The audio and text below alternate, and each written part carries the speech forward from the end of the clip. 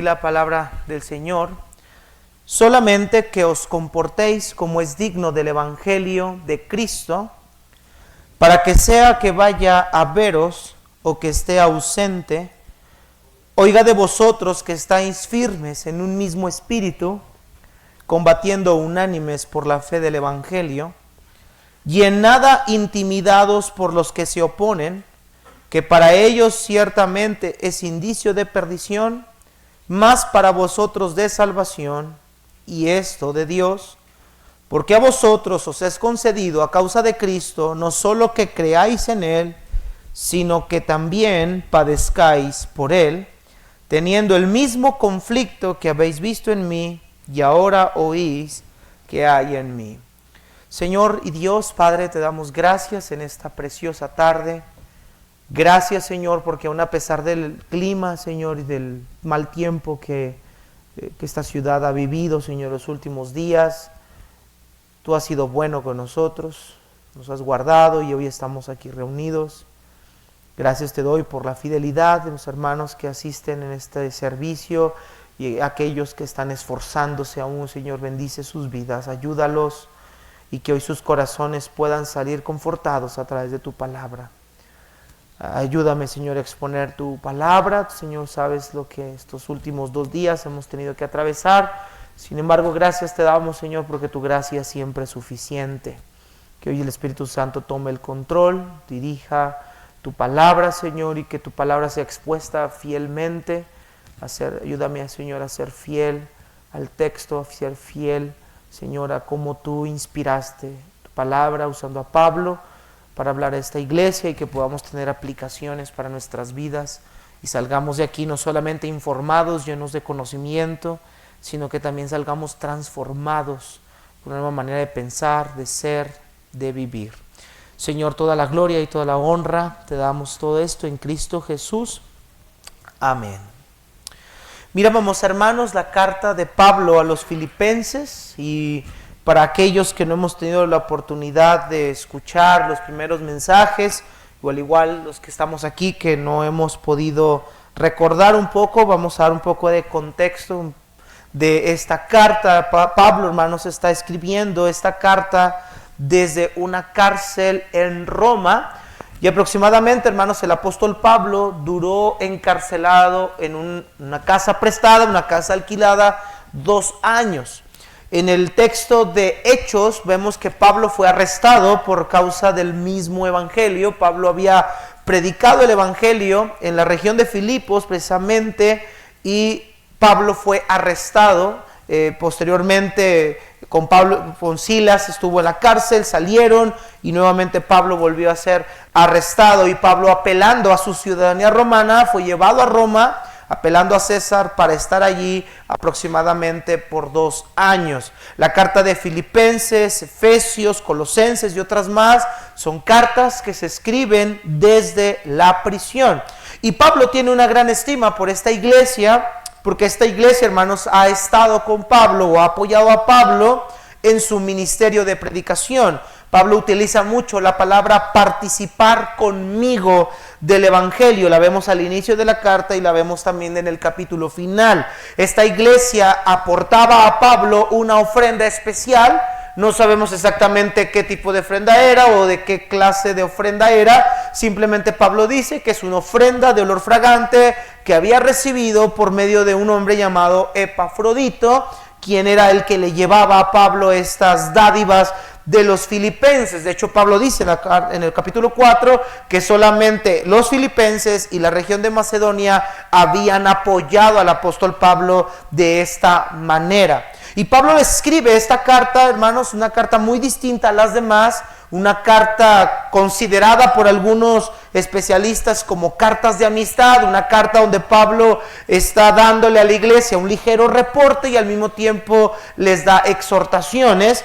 Y en el capítulo 1 Pablo les dice a ellos que ha orado con gozo por ellos para que su amor abunde, para que ellos puedan seguir creciendo espiritualmente. Y después en el verso 12 Pablo les dice que todas las cosas que le han sucedido, hablando de su encarcelamiento y lo que ha sufrido ahí, dice Pablo, han sido utilizadas por Dios para el progreso del Evangelio, de manera que la cárcel, dice Pablo, ha sido motivante o ha sido un combustible para que otros hermanos, viendo lo que me ha sucedido, cobren valor y empiezan a predicar la palabra sin temor. Y dice Pablo, algunos lo hacen por envidia, por contienda, pero otros lo hacen de buena voluntad. Así que mi gozo es que Cristo está siendo anunciado, y en eso me gozo, dice Pablo, y me gozaré aún. Y después Pablo sigue exponiendo, hermanos, que su vida es utilizada por el Señor, y su vida él desea que sea Cristo magnificado en su cuerpo, ya sea en la vida o en la muerte. Y es donde vimos la semana antepasada, que Pablo dijo, para mí el vivir es Cristo y el morir es ganancia. Para Pablo la vida cristiana era sacrificarse para Cristo, dar su vida por causa del Evangelio de Cristo. Y Pablo dice, mi propósito de vida es que Cristo sea magnificado. Y ahora Pablo, hermanos, en este versículo 27 deja a un lado de hablar de él mismo para concentrarse en la vida de los filipenses. Y dicen en el versículo 27, solamente que se comporten como es digno del Evangelio de Cristo, para que sea que vaya a verlos o que esté ausente, oiga de ustedes que están firmes en un mismo espíritu, combatiendo unánimes por la fe del Evangelio. El apóstol Pablo ahora pasa de mencionar lo que le ha sucedido y pasa a dejar de hablar cuál es su propósito por causa del Evangelio, y empieza a darle a esta iglesia una primera instrucción. Y Pablo les dice que él quiere que la vida de ellos sea una vida de tal manera, hermanos, que su vida sea congruente o refleje las virtudes del Evangelio que ellos han estado predicando. Así que el tema, hermanos, que vamos a ver en este día se llama una vida digna del Evangelio de Cristo. Este es el mandato que el apóstol Pablo ahora va a enfatizar del versículo 27 al versículo número 30. Y es que cada uno de nosotros, hermanos, tanto ustedes como yo, seamos líderes, seamos ancianos, seamos pastores o no lo seamos, todos nosotros, hermanos, somos llamados a vivir una vida digna del Evangelio que nosotros hemos creído. Y el apóstol Pablo quiere que esta iglesia no olvide que nuestra vida en esta tierra, mientras estamos en este lugar, debe representar correctamente el Evangelio que nosotros predicamos. Y mis hermanos, déjenme decirle algo, nosotros no representamos una denominación. Nosotros no representamos un sistema litúrgico, nosotros representamos el reino de los cielos. Cada uno de nosotros pertenecemos al reino de los cielos. Hemos sido salvados por el Señor, pero no solamente salvados, sino que también hemos sido identificados juntamente con Cristo para que nuestra vida sea congruente con el mensaje que nosotros predicamos. Y es que en la actualidad, hermanos, es muy fácil decir que soy cristiano, es muy fácil decir, cualquier persona que asiste a una iglesia dice que son cristianos, pero muchas veces la vida de esas personas es completamente incongruente con lo que ellos proclaman ser. Decir que somos cristianos debe de ser respaldado por la vida que nosotros vivimos. Eso es lo que Santiago dice en su carta cuando nos menciona en el capítulo número 2, cuando dice, algunos dicen que tienen fe, pero no tienen obras. Y dice Santiago, ¿podrá esa fe salvarle? En cambio dice Santiago que una vida, una fe proclamada de manera oral, pero no vivida, dice Santiago, esta fe está muerta.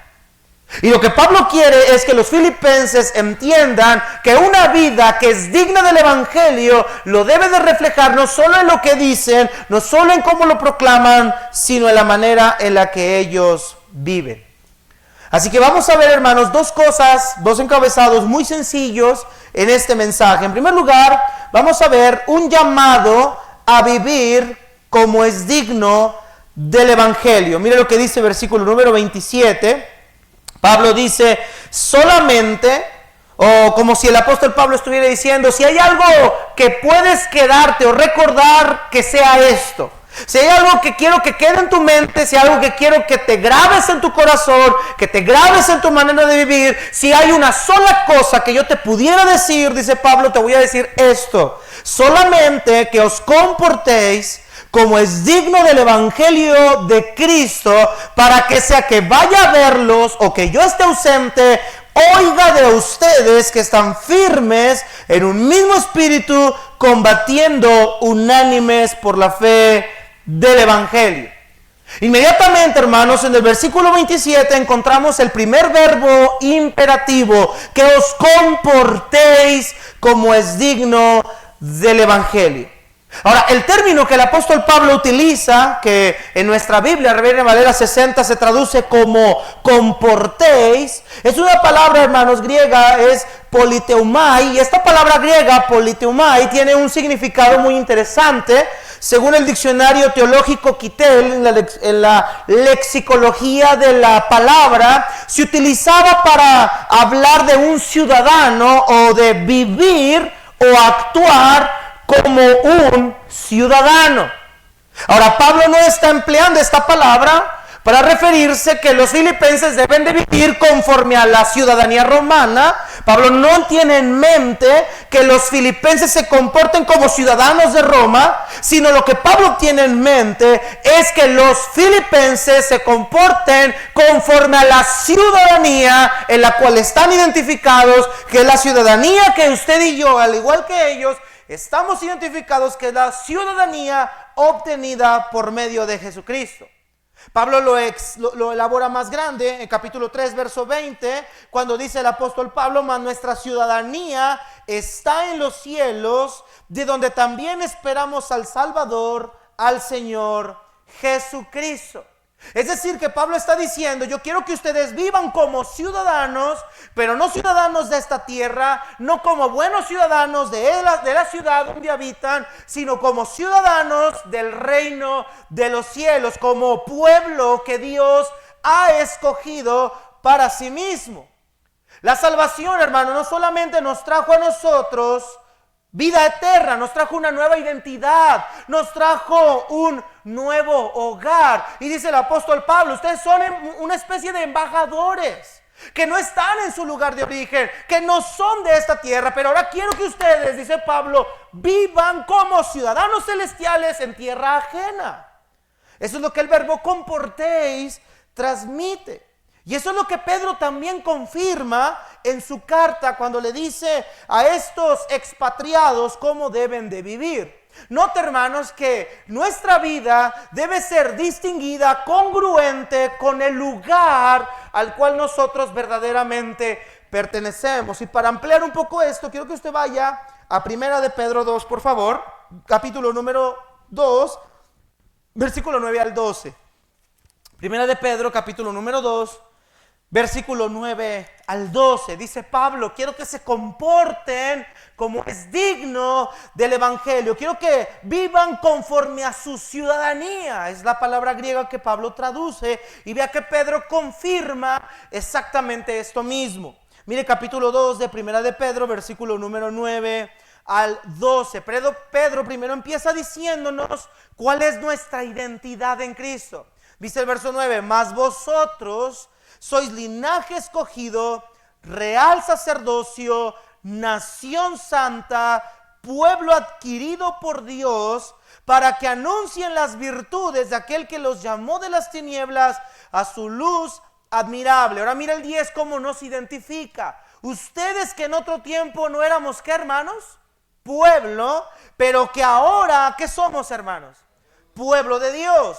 Que en otro tiempo no habían alcanzado misericordia, pero ahora han alcanzado misericordia. Vea que Pedro primero nos identifica como nación santa, como un pueblo que Dios adquirió. En el capítulo 1 Pedro dice que fuimos elegidos por Dios para una herencia incorruptible, incontaminada, inmarcesible. ¿En dónde, hermanos? En los cielos. Entonces dice Pedro, en base a que ustedes ahora son pueblo de Dios, nota el mandato de Pedro, verso 11.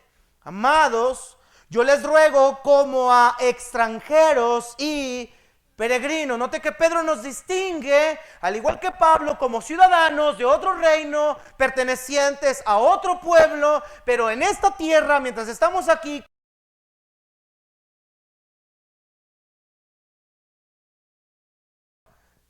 a ustedes como extranjeros y peregrinos, yo les ruego que se abstengan de los deseos carnales que batallan contra el alma. Nota el 12, manteniendo buena vuestra manera de vivir entre los gentiles. Me gusta más cómo lo traduce la Nueva Versión de las Américas. Dice, manteniendo una vida irreprochable delante de los gentiles. Entonces, tanto Pedro como Pablo en Filipenses nos dicen que nosotros debemos de vivir de una manera que actuemos conforme a la ciudadanía que nosotros tenemos. Una ciudadanía no socialmente terrenal, sino una ciudadanía plenamente celestial. Y recordemos, hermanos, las palabras de Cristo. Ellos no son del mundo, cuando oraba.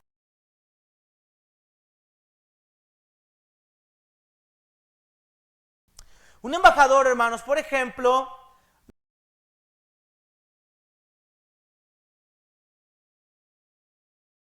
extranjero.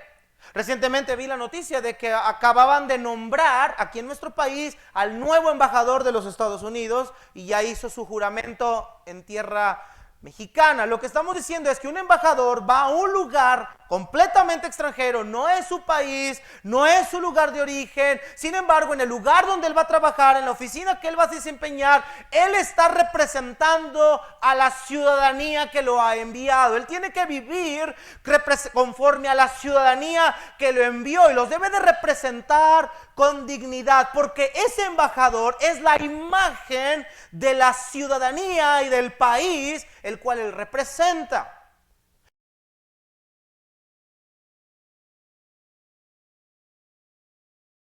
Somos embajadores del reino de Dios aquí en la tierra.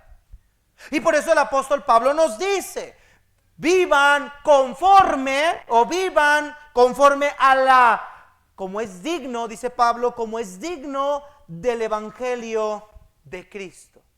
Lo que Pablo está diciendo es, vivan congruentemente con el evangelio que ustedes también han creído. Hermanos, el evangelio no solo es proclamación de las buenas nuevas de manera oral. El evangelio es la exposición de esas buenas nuevas a través de modelarla en nuestra vida, en nuestra conducta, en nuestra manera de vivir. El evangelio no solamente es el mensaje que proclamamos, sino que el evangelio ha hecho algo más en la vida de quien lo ha recibido. El evangelio nos ha regenerado. El Espíritu Santo ha venido a nuestra vida. Hemos sido regenerados por el Espíritu Santo y entonces nosotros ahora debemos de vivir de una manera completamente diferente. Por eso el apóstol Pablo decía, yo deseo, yo anhelo que sea en la vida o en la muerte, Cristo sea cada vez más grande en mí. Entonces, hermanos, el mandato de Pablo para la iglesia de Filipos y para nosotros es que nos comportemos, es decir, que vivamos como verdaderos ciudadanos del reino, representando correctamente el evangelio de Jesucristo. Ahora, mi pregunta para nosotros es hoy, ¿estamos representando correctamente el reino de los cielos? Nuestra manera de vivir en esta tierra es conforme a la nueva vida que nosotros hemos obtenido por medio de Cristo. Nuestras vidas al exterior son congruentes con lo que nosotros decimos ser, con lo que decimos creer. Hermanos amados, como creyentes, nuestra vida debe tener un balance y debe tener un equilibrio. ¿A qué me refiero con esto? Imagínese usted una balanza. de esas balanzas antiguas donde están de los dos lados un canasto, y la balanza, hermanos, sobre una vida equilibrada es, por un lado, lo que yo digo creer, por un lado, lo que yo predico, por un lado, lo que yo proclamo, y por el otro lado, cómo vivo, cómo ando y cómo me desempeño. Y una vida cristiana equilibrada es cuando las dos cosas están del mismo nivel, de tal manera que la balanza está completamente nivelada. Lamentablemente la vida de muchos creyentes es más de lo que dicen, más de lo que creen, más de lo que proclaman, completamente desbalanceado de la manera en la que lo reflejan hacia el exterior. Hermanos, la vida cristiana es que cada uno de nosotros debemos de vivir, debemos de reflejar lo que predicamos, lo que nosotros hemos creído. Y el mundo exterior debe de percibir eso. Me encanta, y cito nuevamente a Pedro, cuando dice: vivan de una manera irreprochable ante los gentiles, para que aquello que ellos murmuran de ustedes cambie su manera de pensar. ¿Qué piensa el mundo de ti y de mí? ¿Qué piensan los compañeros del trabajo con los que tú te desenvuelves? ¿Qué piensan tus amigos de la escuela, tus compañeros del trabajo, tus familiares inconversos, los vecinos que te rodean? ¿Qué pueden percibir de ti y de mí? ¿Hipocresía? ¿Religiosidad? ¿Legalismo? ¿Incongruencia? ¿Una vida desbalanceada? Hermano, ¿cuál es la vida que nosotros estamos reflejando en este momento? Lamentablemente, hermanos, el cristianismo moderno está más caracterizado por cómo te ves exteriormente, por cuántas cosas haces, que por cuánto tú vives en realidad. Hermanos, escuche, no es más importante lo que hago que lo que yo soy. Es que es al revés, lo que yo soy se ve reflejado en lo que hago. Normalmente muchos de nosotros hacemos o se nos enfatiza hacer, trabajar, servir, adorar, cantar, y no es malo eso, al contrario, Dios quiere que le sirvamos, pero la prioridad del cristianismo es un balance. Lo que yo soy, con lo que yo digo ser, el cómo está adentro, se ve hacia afuera. Y ese es el mandato que el apóstol Pablo dice a la iglesia de Filipos: quiero que ustedes se conduzcan, se comporten como es digno del evangelio. Ahora, hermanos, el apóstol Pablo también dice, y nos va a mencionar en qué áreas de nuestra vida nosotros debemos de vivir dignos del evangelio. Porque Pablo lo dice. Porque cualquiera de nosotros puede decir: bueno, Pablo, dime en qué áreas yo debo de vivir conforme es digno. Y Pablo no lo dice, y eso nos lleva a nuestro segundo encabezado. Vivir como es digno del evangelio se manifiesta en, y vamos a ver en primer lugar, versículo número 27, la parte B del versículo. Dice Pablo: solamente que se comporten como es digno del evangelio de Cristo, y ahí está, para que, esa conjunción, hermanos, una conjunción iba en griego, quiere decir, es una conjunción de causa, es una conjunción que revela propósito. Dice Pablo: para que, o sea, que yo vaya a verlos, o que yo esté ausente, oiga de que ustedes están firmes en un mismo espíritu, combatiendo unánimes por la fe del evangelio. Pablo dice que una vida digna del evangelio se va a ver reflejada a través de que se mantenga la iglesia unida, combatiendo al mismo tiempo, juntos, por la misma fe del evangelio. Ahora Pablo dice, ya sea que vaya a verlos o que esté ausente. Pablo no sabe si va a salir o no va a salir. Como vimos anteriormente, dice Pablo: yo quisiera irme y estar con el Señor, pero también me quisiera quedar por causa de ustedes. Y como Pablo no sabe cuál es la voluntad soberana de Dios, entonces Pablo dice: miren, queridos filipenses, mi deseo para ustedes, mi mandato para ustedes es que su vida sea congruente con la ciudadanía a la que pertenecen, sea congruente con el mensaje que ustedes predican, con el propósito de que ya sea que yo vaya o esté con ustedes o no lo esté, yo pueda escuchar, yo pueda saber, cuando me den razón de ustedes, que ustedes son una iglesia unida, una iglesia que está en un mismo espíritu, una iglesia que están luchando juntamente, uno con uno, hombro con hombro, por la fe del evangelio.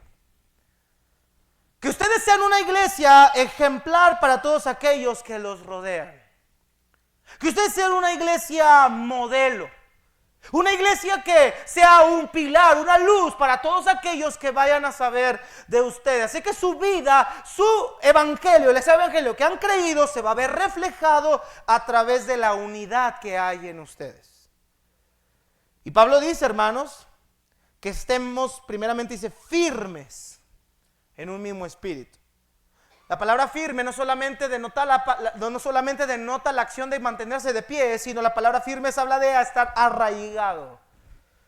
Alguien inconmovible, inmovible, alguien que no puede ser removido de su lugar. Y ese término se utilizaba mucho para hablar a los soldados cuando les tocaba montar la guardia, que no debían de moverse para ningún lado, debían de estar estables haciendo su guardia. Esta palabra firmes es lo que Pablo nos enseña.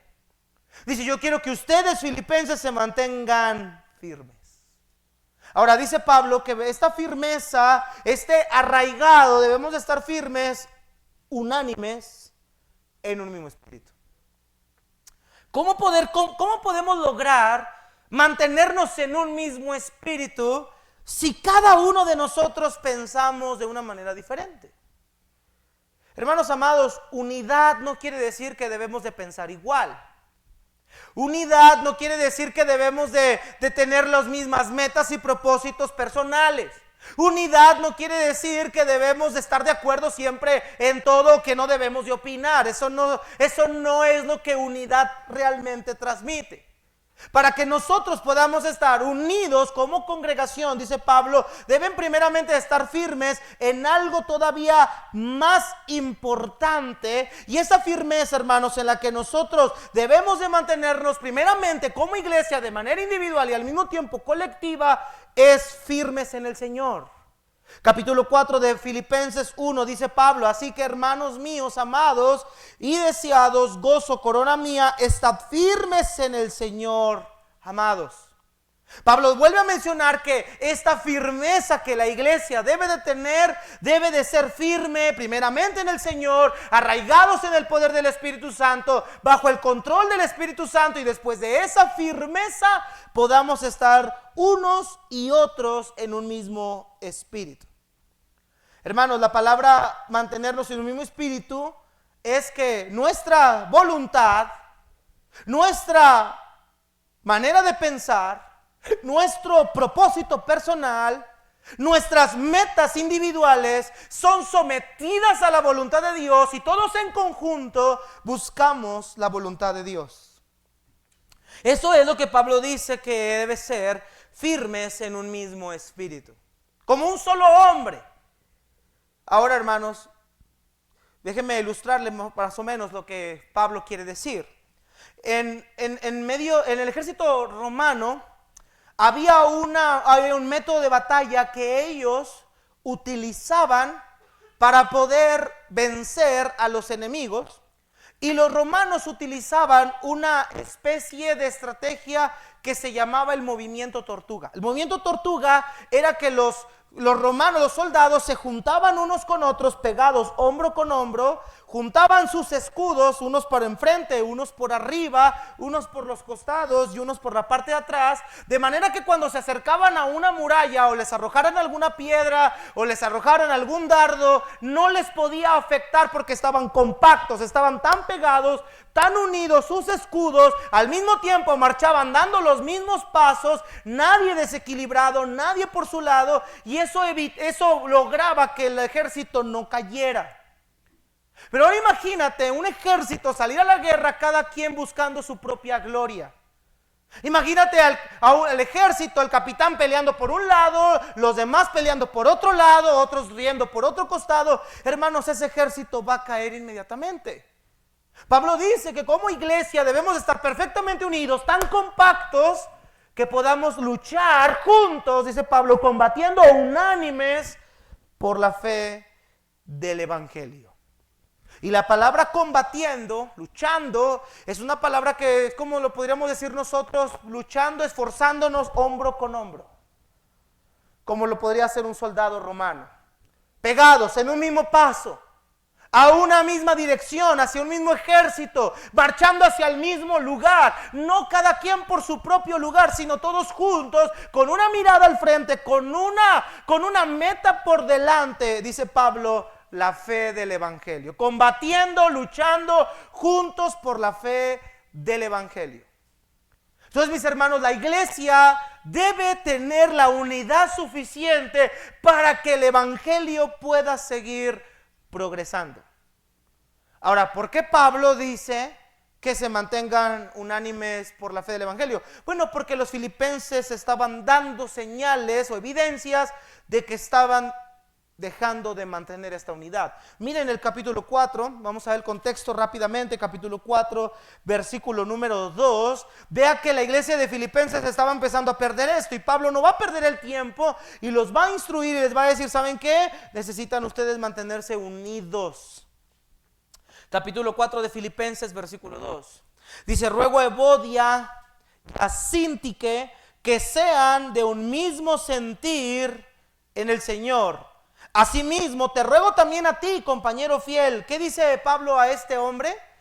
Que ayudes a estas que ¿qué hicieron con Pablo, hermanos? Vea que está usando la misma palabra. Dice Pablo, mira, querido amigo fiel, quiero que tú vayas con Evodia y con Síntique. Algo está pasando con estas dos mujeres. Yo no sé qué está sucediendo. Yo no sé por qué se han separado, por qué se han dividido. Yo no sé por qué hay una dicotomía entre ellas, pero sí te quiero pedir una cosa. Ayúdalas, porque ellas dos combatieron conmigo, lucharon conmigo, se esforzaron conmigo, hombro con hombro, por causa del Evangelio. Mis amados hermanos, es muy fácil perder la unidad y es muy difícil mantenerla. Porque para mantener la unidad, hermanos, en una congregación es necesario renunciar a nosotros mismos. Y así como un ejército tiene que aprender a marchar juntamente, luchar unidos para poder lograr sus objetivos, escuchando la voz del capitán. Y el capitán, el encargado del ejército, no es el pastor. El encargado, el capitán, el que dirige la iglesia, es el Espíritu Santo de Dios. Es a Él a quien la iglesia debe someterse. Es a Él a quien yo debo de dirigir mi voluntad. Es a Él a quien yo debo de mantenerme bajo su control. Porque cuando la iglesia se mantiene bajo el control del Espíritu Santo, va a poder luchar unida. ¿Qué es lo que sucede cuando una iglesia no está llena del Espíritu Santo? Vamos a 1 Corintios 3, 1 al 4. Quiero que veas esta completa diferencia entre unidad y lo contrario de unidad, hermanos, pues es una división. Mire lo que dice 1 Corintios 3. Pongo un separador en Filipenses porque vamos a regresar ahí. 1 Corintios 3, por favor, versículo 1 al 4. 1 Corintios 3, 1 al 4. Si hay algo, hermanos, que va a detener el crecimiento de la iglesia, si hay algo que va a detener a la iglesia para que siga progresando en la fe del Evangelio, hermanos, esa es una división. Mire lo que dice 1 Corintios 3, 1 al 4. Vea que Pablo afrontó este tema a la iglesia de Corinto. Dice, de manera que yo, hermanos, no pude hablarles como espirituales, sino como a carnales, como a niños en Cristo. Les di a beber leche y no vianda, porque aún no eran capaces, ni son capaces todavía, porque aún son carnales. Ahora, quiero que notes, hermanos, cuáles son los rasgos característicos de una división. Normalmente cuando nosotros hablamos de división pensamos que estamos hablando de una persona que toma un grupo de personas, que la saca de la iglesia para comenzar una nueva. Ese normalmente es el concepto que se conoce como división en la iglesia evangélica. Sin embargo, la división es mucho más que todavía eso. Esa es la parte final de una división. Quiero que veas cómo se ve una división desde sus entrañas. Dice Pablo ahí mismo, versículo número 3, aún son carnales, y luego nota esto, pues habiendo entre ustedes, ¿qué había en esta iglesia? Celos, contiendas, disensiones, y note la pregunta retórica de Pablo, la pregunta reflexiva de Pablo, ¿no son carnales y andáis como hombres? Si alguien pudiera decir, bueno, Pablo, ¿por qué me dices que soy carnal? ¿Por qué me dices que soy un niño espiritual? Y dice Pablo, bueno, mira, déjate, digo por qué. Porque hay celos, pleitos, disensiones entre ustedes. Entonces, ¿eso no son sinónimos o no son señales de carnalidad? Dice Pablo, evidentemente. ¿Por qué, mis hermanos? Porque estas acciones, pleitos, celos, iras, las vemos en Gálatas capítulo número 5, cuando Pablo dice, manifiestas son las obras de la carne, que son, y ahí aparecen estos tres elementos. Si hay algo que va a detener el progreso del evangelio, es la división que pueda existir dentro de la iglesia. No sabemos qué está sucediendo con Evodia y Síntique. Pablo no dice qué está pasando, pero ellas empezaban a tener un distanciamiento. Y Pablo comienza diciéndoles a ellos, hermanos, miren, para que ustedes vivan dignos del evangelio, para que ustedes como iglesia sean una iglesia que crece, gran impacto, que el evangelio siga progresando a través de ustedes, que Dios los siga usando, ustedes necesitan ser de un mismo sentir y combatir juntos, unánimes, cuerpo a cuerpo, hombro a hombro, por el evangelio. Y hermanos, para podernos mantener en unidad, necesitamos primeramente ser llenos del Espíritu. Y note que Pablo aquí está diciendo claramente que esta iglesia no estaba llena del Espíritu, estaba llena de carnalidad. Versículo 4 dice Pablo, porque diciendo el uno, yo soy de Pablo, yo soy de Apolos, porque diciendo el uno, yo ciertamente soy de Pablo, el otro, yo soy de Apolos, ¿no son carnales? Otra vez, pregunta lo mismo. Estos pleitos, celos, iras y contiendas se veían tan evidentes que se empezaron a inclinar por líderes espirituales al grado que llegaron a pelearse entre ellos mismos, quizá por defender cuál era su predicador predilecto. Algunos se pelean por defender cuál es su partido político predilecto. Algunos se pelean por ver cuál es el equipo de fútbol mejor que el otro. Pero hermanos, Pablo dice aquí, ustedes son carnales desde el hecho que un aspecto de amar a algún líder espiritual los está llevando a pelearse entre ustedes mismos por esta causa. Hermanos, la división lo único que hace es estorbar la obra de Dios y estorbar el progreso del evangelio. Y una iglesia que no está unida es una iglesia que va destinada rumbo al fracaso espiritualmente. Quiero leerte lo que el pastor Miguel Núñez dice en su libro Una iglesia conforme al corazón de Dios. Mire lo que dice respecto a este tema. Dice, cuando en una iglesia se produce la división, hay un solo ganador. Y dice Núñez, Satanás. Él conoce bien el corazón del hombre, sabe cómo sembrar la cizaña en el pueblo de Dios, conoce sus debilidades y conociéndolas, las explota para su mayor beneficio. Hermanos, Él sabe qué hacer en cada uno de nosotros. Él sabe qué te afecta, Él sabe qué me afecta, Él sabe qué es lo que me ocasiona envidia, Él sabe qué es lo que te ocasiona celos, Él sabe qué es lo que te ocasiona disensión en tu corazón, amargura, y Satanás sabe perfectamente cómo introducir eso en nuestro corazón, hacernos ver lo que Él quiere que nosotros veamos para llevar a la iglesia a una discusión, a pleitos, a envidias, a celos, de tal manera que la iglesia se divida. Y no necesita irse nadie de la iglesia para que esa iglesia sea una iglesia dividida. No necesita una persona apartarse de la iglesia, irse a otra y llevarse un grupo de gente para que ya sea una iglesia dividida. Es más, hermanos, de hecho desde este preciso momento, en este lugar puede haber personas divididas sin necesidad de que se hayan ido a otro lugar. Lo único que la división va a hacer, hermanos, es estorbar la obra de Dios. Por eso Pablo nos dice, combatan juntos. Amados hermanos, tenemos una meta como iglesia. Y nuestra meta como iglesia no es buscar la gloria personal de alguno de nosotros.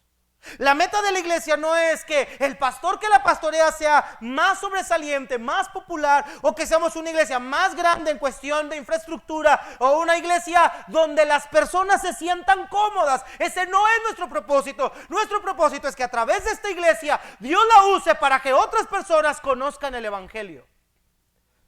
Ese es el propósito de la iglesia. Decía la hermana ahí ahorita, una mujer que buscaba una iglesia donde se sentir cómoda. Es el problema de la gente de hoy en día. Buscan un lugar donde sentirse cómodos, no donde haya palabra de Dios sana. Nuestro propósito, hermanos, es que el reino de Dios siga creciendo. Y que sigamos luchando por defender el evangelio.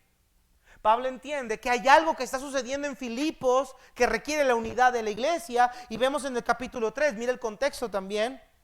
Ahí mismo en Filipenses 3, quiero que usted vea el contexto, que probablemente la iglesia también estaba sufriendo de falsas doctrinas, de falsos maestros. Por eso Pablo dice, ustedes necesitan estar bien unidos, defendiendo el evangelio. Versículo 3, capítulo 3, perdón, versículo número 2, dice Pablo, guardaos de los perros, guardaos de los malos obreros, guardaos de los, ¿cómo les llama, hermanos? Mutiladores del cuerpo. Es decir, que había a lo mejor probablemente o estaba viendo, o Pablo se estaba enterando, o simplemente les está advirtiendo que puede pasar, que van a llegar personas que van a hacer esto todavía cada vez peor, con falsas enseñanzas, y vea que Pablo los identifica como mutiladores del cuerpo, personas que parten el cuerpo de Cristo en cachitos y los hacen a un lado, los esparcen. Amados hermanos, esto es lo que es la parte final de una división. La división no es cuando personas se apartan de la congregación y se llevan a otras. La división es cuando empieza a haber pleitos, celos, envidias, disensiones desde el corazón. Cuando no hay la más mínima intención, la mínima voluntad de trabajar juntos. Y como dice un dicho, divide y vencerás. Y Satanás sabe qué hacer. Hermanos, por eso dice Pablo en Efesios, nuestra lucha no es contra sangre y carne, sino contra gobernadores de las tinieblas, contra huestes espirituales de maldad en las regiones celestes. Pero ¿sabe por qué la iglesia entra en una inmadurez de división? Porque no hemos entendido la verdadera batalla, no hemos entendido contra quién en verdad peleamos. Nos dividimos porque no piensas como yo, nos dividimos porque no tienen la liturgia que yo tengo, nos dividimos porque no tienen la misma manera de pensar, porque no tienen la nomenclatura de bautista. Por eso nos dividimos. No, hermano, la división no debería ser por ese tipo de motivos. Si el Espíritu Santo mora en nosotros, debemos de mantenernos unidos, luchando por la misma meta, el evangelio. Buscar que esta ciudad pueda conocer a Cristo. No por cosas triviales dividirnos. Dice Miguel Núñez, y lo cito de nuevo, él define la división como lo siguiente: la división es un alejamiento entre dos personas, iglesias o instituciones, y el alejamiento es la evidencia de que la división es una actitud o un conflicto afectivo o emocional entre dos individuos, iglesias o grupos que regularmente se origina por envidia, celos, orgullo, egoísmo, deseos de controlar al otro, y todo esto resulta en un resentimiento personal, malicia y amarguras con las cuales hay una mala intención contra el otro. Entonces el pastor Núñez define exactamente lo mismo que acabamos de mencionar: las divisiones originadas por el deseo de querer controlar cada uno su propia voluntad. Por eso Pablo nos dice, hermanos, si van a mostrar a Cristo, si van a reflejar a aquel que murió por ustedes y su vida va a ser una vida digna del evangelio, entonces deben de estar unidos. Ahora, ¿por qué debemos de estar unidos? Porque la unidad refleja la unidad perfecta que hay entre el Padre y el Hijo. Mire ahí en Juan capítulo 17, verso 20 al 23. Note que la oración de Jesús incluye esta petición. Mire lo que dice Juan 17, 20 al 23. Juan capítulo número 17, 20 al 23. Dice Jesucristo en su oración: mas no ruego solamente por estos, sino también por los que han de creer en mí por la palabra de ellos, para que todos sean uno, como tú, oh Padre, en mí y yo en ti, que también ellos sean uno en nosotros, para que el mundo crea que tú me enviaste. La gloria que me diste yo les he dado, para que sean uno, así como también nosotros somos uno, yo en ellos y tú en mí, para que sean perfectos. ¿En qué, mis hermanos? En unidad, para que el mundo... ¿Qué pasa cuando la iglesia está perfecta en unidad? Para que el mundo conozca que tú me enviaste y que los has amado a ellos como también a mí me has amado. ¿Tú crees que esto que Jesús está orando, Satanás no sabe cómo hacerlo para que sea lo contrario? Por supuesto que sí. Para muchos de ustedes la unidad es insignificante. Para muchos de ustedes el individualismo es lo esencial. Yo voy a la iglesia y me congrego para mi propio bien. A mí no me importa lo que los demás hagan. A mí no me importa cómo los demás vivan. Yo voy por mí. A mí me importo yo mismo. A mí qué me importa si las hermanas se pelean. Yo entro, llego, me siento y me voy temprano para no ver a nadie. Porque yo solo voy a buscar a Dios. Hermanos, no hemos entendido lo que es la iglesia. No hemos entendido lo que es la iglesia. Vea la oración de Jesús, hermanos, y medítela y analícela en su casa. Dice Jesús, para que a través de esa unidad que sea perfecta, ellos que reflejen la unidad tuya y mía, Padre, el mundo conozca que tú a mí me has enviado. Que por medio de la unidad de ellos el evangelio siga progresando. ¿Por qué crees tú que Pablo dice, combatan unánimes por la fe del evangelio? Porque Pablo entendía esto. Pablo entendía lo que tú y yo no queremos entender. Hermano, la iglesia es un cuerpo. Y un cuerpo está unido, trabajando mutuamente, aunque en diferentes lugares, diferentes formas, aunque el cuerpo tiene diferentes funciones, todos trabajan con una labor, mantener funcional y vivo el cuerpo que poseen. Que la mano no sea ombligo, ni el pie chiquito sea el dedo gordo, no quiere decir que no sean inútiles. Todos los miembros son útiles en un cuerpo humano. Hermanos, todos nosotros somos útiles, más no necesarios, pero somos útiles para el progreso del evangelio. Si hay una división, el evangelio no progresa. Ahora, si Pablo dice que nuestra vida se debe ser digna conforme al evangelio, sabemos que el evangelio está perfecto en unidad. Y sabemos entonces que el evangelio puede salvar vidas y puede rescatar personas de la condenación eterna, personas incrédulas. Pero mi pregunta es, entonces si la iglesia no se mantiene en unidad y hay pleitos, celos, ira y contienda entre ellos, ¿sabe qué es lo que va a pasar? Cuando vea a la gente del mundo, esa congregación, no va a haber ningún cambio. Porque ellos van a decir, estos están exactamente igual que yo. Solamente que ellos visten, posan y se reúnen en un lugar. Yo no lo hago, pero yo sí. Pero de todas maneras, ¿cuál es el cambio? Va a decir alguien del mundo. Si se pelean entre ellos, yo me peleo acá. ¿Cuál es la diferencia entre ellos y nosotros? Qué vergüenza es ir a un lugar donde las personas no se pueden ver los unos a los otros. Qué vergüenza. Eso no debería llamarse iglesia. Eso no es una iglesia. Un lugar donde no se pueden ver los unos a los otros. Un lugar donde se gritan los unos a los otros y se pelean y se entrometen en lo ajeno y empiezan a hablar mal del uno al otro, hermanos. Eso no es una iglesia. Esa no es una iglesia digna del evangelio. Ahora Pablo nos dice, hermanos, ahí en el versículo número 28, otra área en la que nuestra vida puede ser digna del evangelio. Mire versículo 28 al 30 del capítulo número 1 de Filipenses. Dice Pablo, y en nada intimidados por los que se oponen, para ellos ciertamente es indicio de perdición, mas para nosotros de salvación, y esto es de Dios, porque a nosotros se nos ha concedido a causa de Cristo, no solo que creáis en Él, sino que también padezcáis por Él, teniendo el mismo conflicto que habéis visto en mí y que ahora oyes que hay en mí.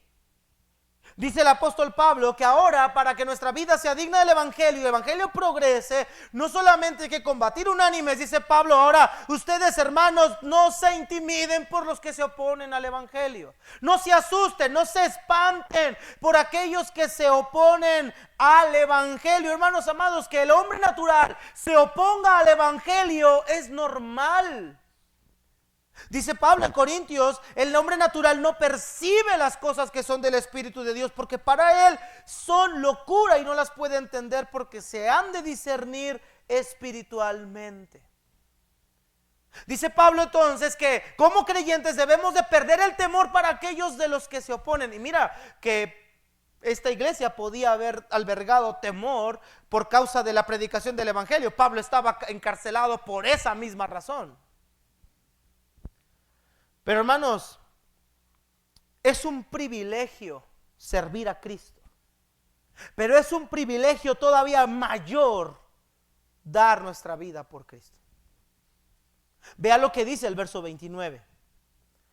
Porque a ustedes les es concedido, y quiero que subrayen esa palabra, porque en la Reina Valera 60 no da mucho el sentido de la palabra real. La palabra griega es carisma, y es esa misma palabra, carisma, que se utiliza en Efesios 2, 8 y 9 cuando Pablo dice que nuestra salvación no es por obras, sino es un don de Dios. Pablo dice, a ustedes les es concedido a causa de Cristo que crean en Él. Y cualquiera de nosotros diría, amén. Hermano, la salvación no vino de nosotros, no nació en nosotros, no fue porque nosotros quisimos ser salvos, hermanos. La salvación fue dada de Dios. Es un don de Dios. Él es el que nos convenció. El Espíritu Santo es el que persuade al hombre de justicia, de juicio y de pecado. Usted y yo no queríamos nada con Dios, pero el Señor en su voluntad nos salvó. Y todos diríamos, gloria a Dios, la salvación, el que yo haya creído en Él, me ha sido dado un don, es un regalo doble, es una gracia. Pero dice Pablo, pero también que padezcas por Él. Y eso no nos gusta a nosotros. ¿Cómo que es un don de Dios que yo padezca por Él? Pablo dice, esto es algo que Dios les ha otorgado también a ustedes. Por eso dice el apóstol Pablo, no se amedrenten por los que se oponen al evangelio. Hermanos, que el mundo se oponga para el evangelio, dice Pablo, es indicio de perdición. La palabra indicio es la palabra señal. Dice Pablo, esto que ellos se opongan es una señal de perdición para ellos. Esto es necesario que suceda. Esto es lo que Cristo les advirtió a ustedes que iba a pasar, que el mundo los iba a aborrecer por causa de Él. Esto es lo que iba a pasar, que Cristo dijo que Él no vino a traer paz sino espada. Esto es una señal de perdición para ellos, pero dice Pablo, versículo 28, pero para ustedes es una señal de salvación, y esto proviene de Dios. Hermanos, que nosotros padezcamos por la gracia, por la obra de Cristo, es un don que Dios nos ha dado, es una muestra de su gracia, es un privilegio que tú y yo podamos padecer por su causa. No es lo mismo padecer por causa de malas decisiones que padecer por causa de Cristo. No es lo mismo padecer por causa de que yo me busqué problemas a padecer por causa de predicar a Cristo. Son cosas completamente diferentes. Pero Pablo dice, no se amedrenten, no se asusten. Vea lo que Pedro nos dice, hermanos, en cuestión de este aspecto. Primera de Pedro, capítulo 2, versículo 21 al 24. Pedro nos dice, hermanos, cómo debe ser nuestra actitud cuando nosotros tengamos que padecer por causa de Cristo. Pero antes de eso, mire primera de Pedro 2, 21 al 24. Pablo dice, a ustedes les ha sido concedido, les ha sido dado, es un don, es un regalo de Dios. No solo que padezcas, que creas en Él, sino que también padezcas por Él. Y mire lo que dice Pedro, Pedro lo confirma. Versículo 21 y 24 del capítulo 2. Pues para esto fuisteis, ¿qué, mis hermanos? ¿Para qué, Pablo? ¿Para qué, Pedro? Porque también Cristo padeció por nosotros, dejándonos ejemplo, para que sigamos, ¿qué, mis hermanos? Sus pisadas. Vea que Pedro dice, ustedes para esto fueron llamados. Ustedes fueron llamados para gozar de la eternidad, gozar de la salvación, pero también fueron llamados para padecer como Cristo padeció, siguiendo sus huellas.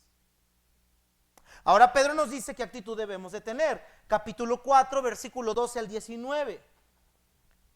Capítulo 4, versículo 12 al 19. Vea lo que Pedro dice.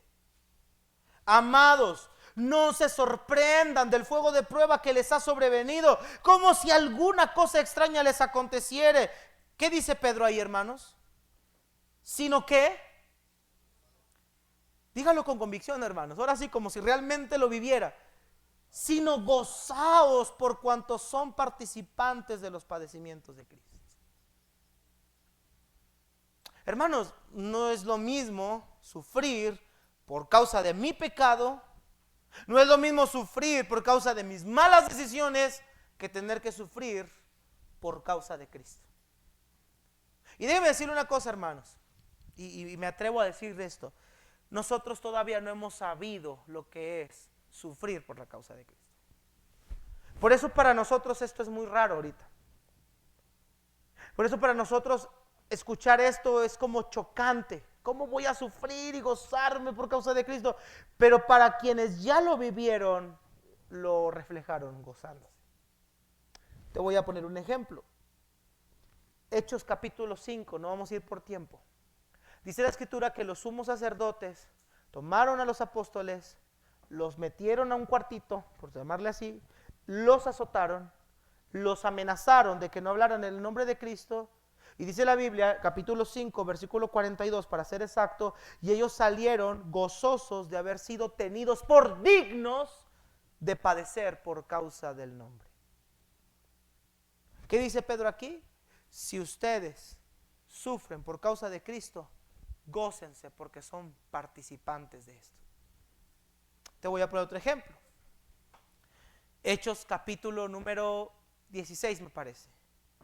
Pablo y Silas fueron encerrados por predicar a Cristo. Y dice la escritura que estando en la cárcel, presos cantaban himnos y los presos los oían. ¿Cómo puede una persona sufrir por la causa de Cristo y al mismo tiempo mantenerse gozoso? Dice Pedro, si son vituperados por el nombre de Cristo, son bienaventurados porque el glorioso Espíritu de Dios reposa sobre ustedes. Dice Pedro, así que si alguno padece como cristiano, no se avergüence, sino dele a Dios gloria por ello. Hermanos, no solamente para mí es un privilegio ser salvo, no solamente para mí debe ser un privilegio servirle en su obra, para mí aún debe ser un privilegio tener parte en sus padecimientos por su causa. Por eso Cristo una y otra vez decía en el Sermón del Monte, bienaventurados los que padecen persecución por causa de la justicia, gozaos y alegraos porque su galardón es grande en los cielos.